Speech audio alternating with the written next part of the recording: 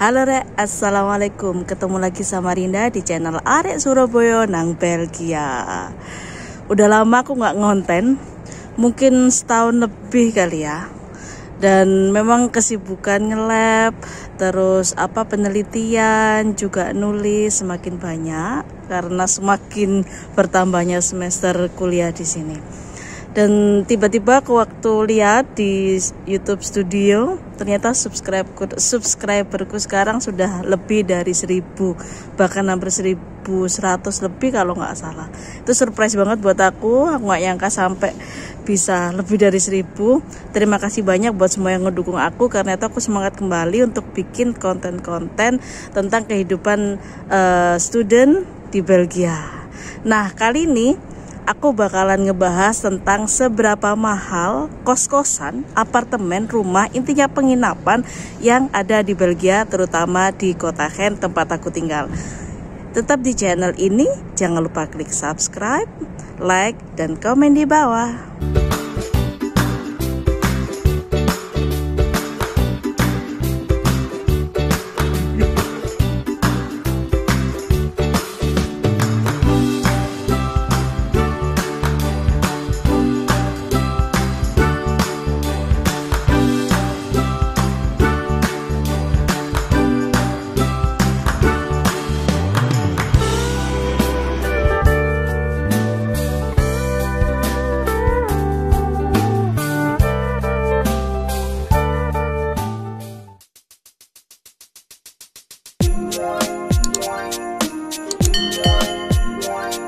Nah, aku udah ngerangkum beberapa informasi buat aku sharing ke kalian. Aku udah nanya ke beberapa teman-teman student yang mungkin pengalamannya berbeda. Jadi ya lebih kurang ini adalah hasil penelitian kecil-kecilan lah buat mendapatkan data yang akurat saat ini. Karena memang beda banget dari mulai aku datang tahun 2020 sampai sekarang udah beda.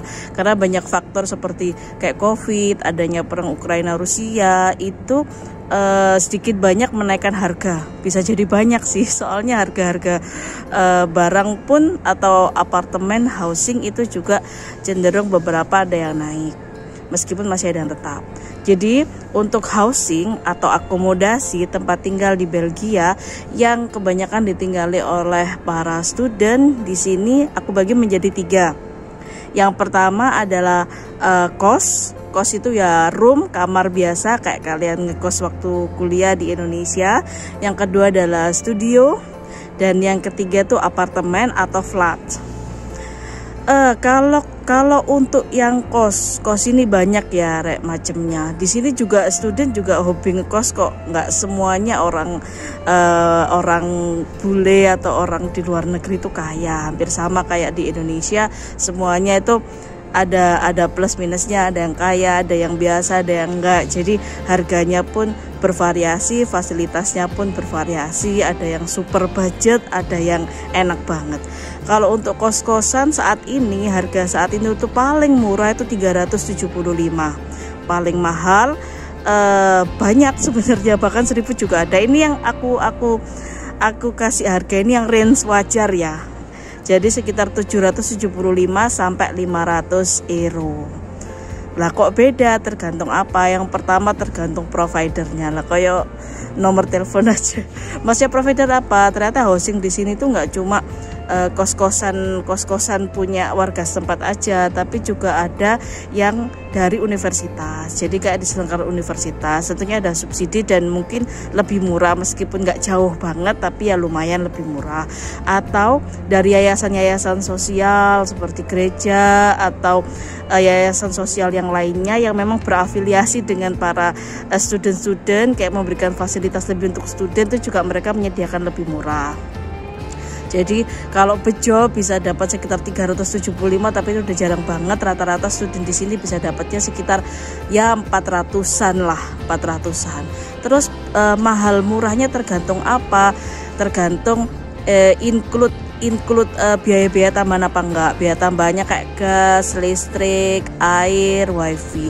Lah emang kok pakai gas? Emang pakai kompor gas masaknya. Kalau kos ini enggak pakai dapur ya Rek ya. Maksudnya dapurnya tuh enggak di dalam ruangan kos-kosan itu, tapi dapurnya biasanya ada communal kitchen, jadi dapur bersama.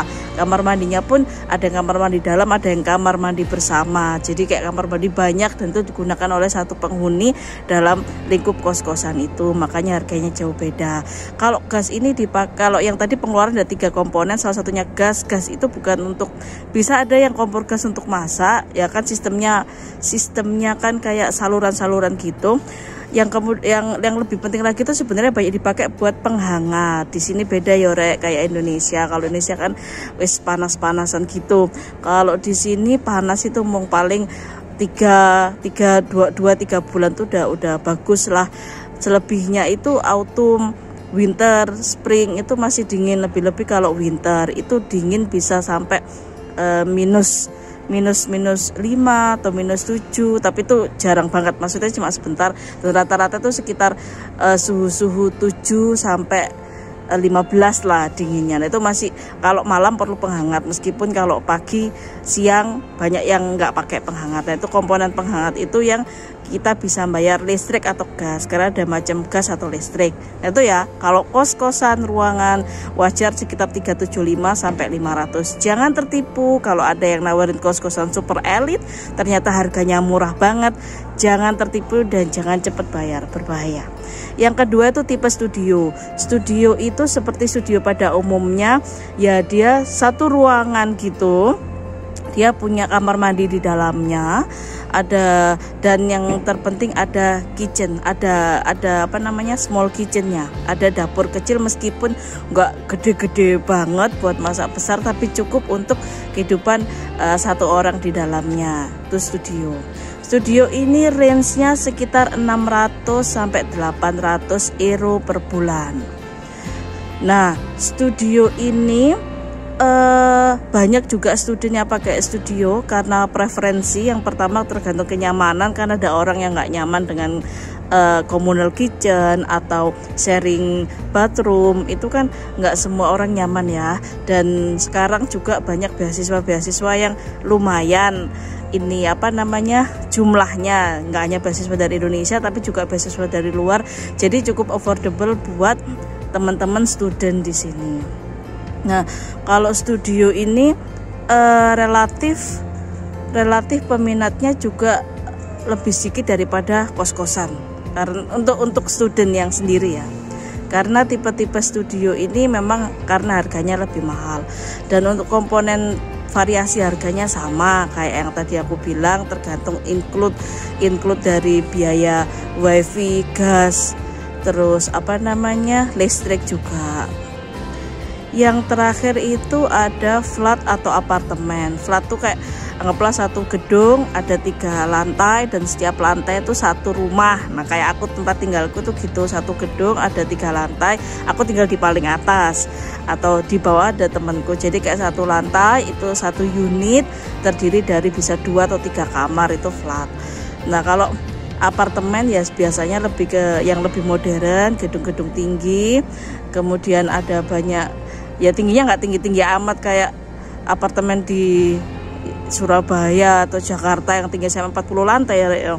Jadi di sini paling flat apartemen ya tinggi-tinggi ya paling lantai 8, lantai 10 kayaknya ya. Soalnya aku kebanyakan juga nggak terlalu tinggi, paling lantai 4 gitu sudah, kebanyakan juga segitu, nggak ada yang sampai lantai 30-an macam di Indonesia, kota-kota besar di Indonesia. Kalau flat sama apartemen ini biayanya sekitar 800 sampai 1.200. Mahal, iya. Tapi di situ benefitnya biasanya terdiri dari beberapa kamar, ada 2 kamar, 3 kamar. Loh, apa ya mesti 2 kamar? Keluarga kecil kan bisa sekamar, anggaplah 2 baby 1-2 tahun. Ternyata nggak boleh rek. Jadi kalau di sini ngurus ID card itu ada ketentuannya. Kalau punya anak 1 itu minimal gedungnya itu 2 kamar. Lah, emang pemerintah ngerti, tahu, karena dalam proses pembuatan ID card mereka akan ngecek. Ada yang datang untuk melihat dalam gedung, tapi zamanku dulu aku cuma ngobrol di luar karena masa Covid. Meskipun begitu sebenarnya pemerintah kota sudah tahu kayak layout rumah per rumah di setiap di daerahnya, karena kan laporannya di sini sangat amat ketat. Cuman untuk flat apartemen mungkin juga studio itu tricky maksudnya apa? Mungkin harganya range segini, ada dapat 800, ada dapat 1200, tapi belum tentu yang 800 itu lebih murah daripada 1200. Kenapa? Karena furnish, perabot itu kan nggak murah ya. Banyak apartemen yang hanya menawarkan kosongan, jadi bener-bener masuk itu kosong, hanya ruangan kosong, paling cuma ada itu dapur karena sudah ditanam, maksudnya ditanam ya bukan digeduk tanah ngono ya. Jadi kayak sudah ada kitchen set, udah ada kompor, oven, itu kayak standarnya ada di sini. Nah, kosongan di situ. Kalau yang ada lagi yang kosongan tapi sudah ada furnish dari ini penghuni sebelumnya. Jadi kayak aku dulu itu sebenarnya apartemennya itu kosong, tapi penghuni sebelumnya nawarin aku, dia juga dapat dari penghuni yang sebelumnya lagi, sudah ada kasur, alat masak, intinya masuk itu tinggal nggak koper tok gitu loh, tinggal bawa koper aja. Nah itu biasa deal-dealan, wes beli semuanya berapa, 700, 500, ada yang bahkan baik hati udah ambil aja, atau 200 saja. Jadi tergantung itu juga. Ada juga yang memang disediakan sama ownernya, jadi di dalamnya sudah ada barang-barang dari ownernya, cuma posnya kayak dijaga baik-baik kayak gitu.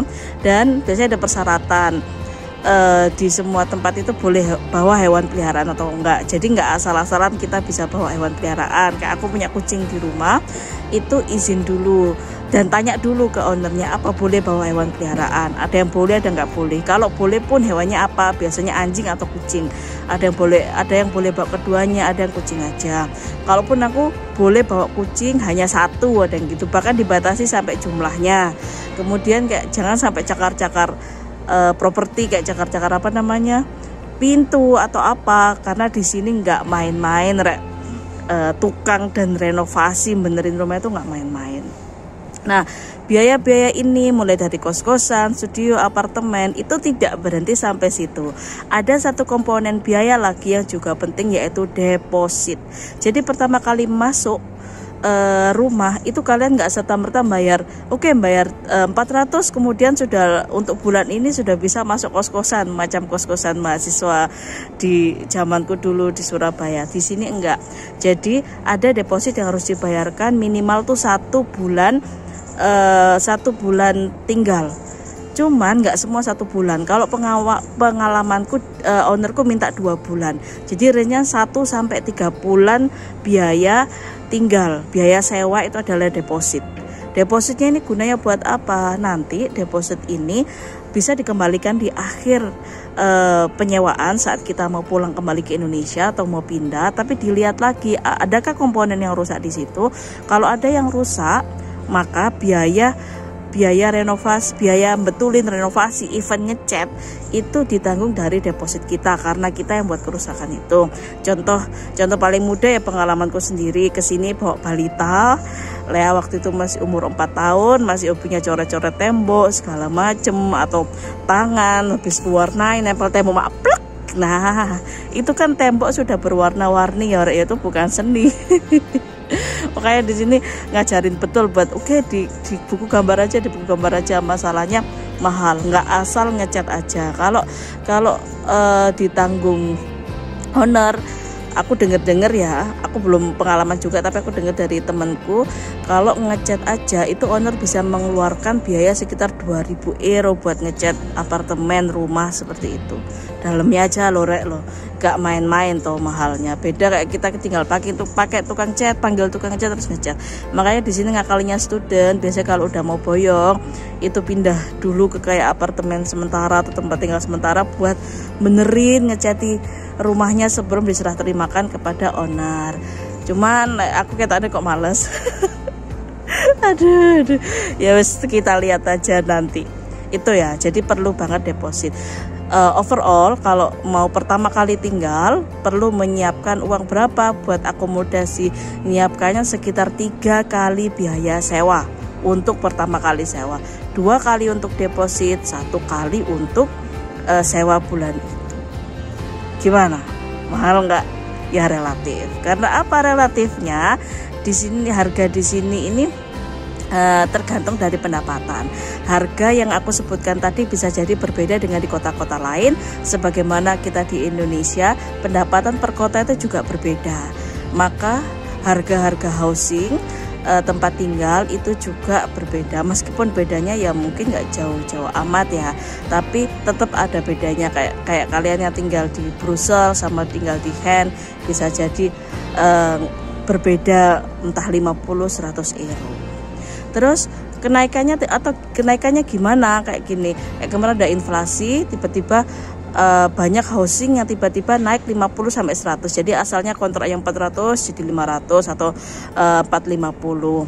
Nah, ini biasanya bisa diatasi dengan flat kontrak. Jadi kita sebelum tinggal, sebelum bayar atau dalam proses pembayaran itu ada kontrak yang harus ditandatangani.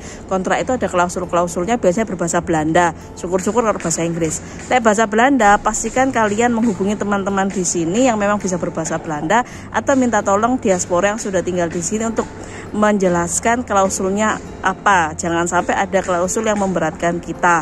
Nah, kalau di situ biasanya tertera minimal kalian akan ngontrak berapa tahun. Kemarin aku nandatangani minimal ngontrak kayak 3 tahun.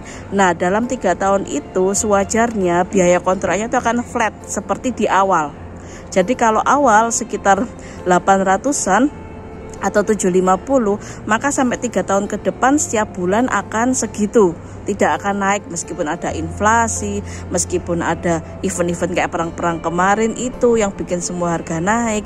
Itu dia nggak akan naik, harganya akan tetap. Tapi saat kontrak itu habis dan akan diperbarui, nah itu biasanya ada kenaikan. Cuman bisa dinego-nego tipis gitu loh, Rek. Apalagi kalau kita punya kesan yang baik dengan ownernya, kenal baik, itu masih bisa dinego-nego tipis. Oke, gimana? Sudah punya gambaran teman-teman yang nonton vlog ini dan tinggal di Belgia atau di Eropa, negara yang lainnya? Bisa sharing juga di kolom komentar. Semoga bermanfaat. Kurang lebihnya sepurane sing akeh. Assalamualaikum warahmatullahi wabarakatuh. Dadah.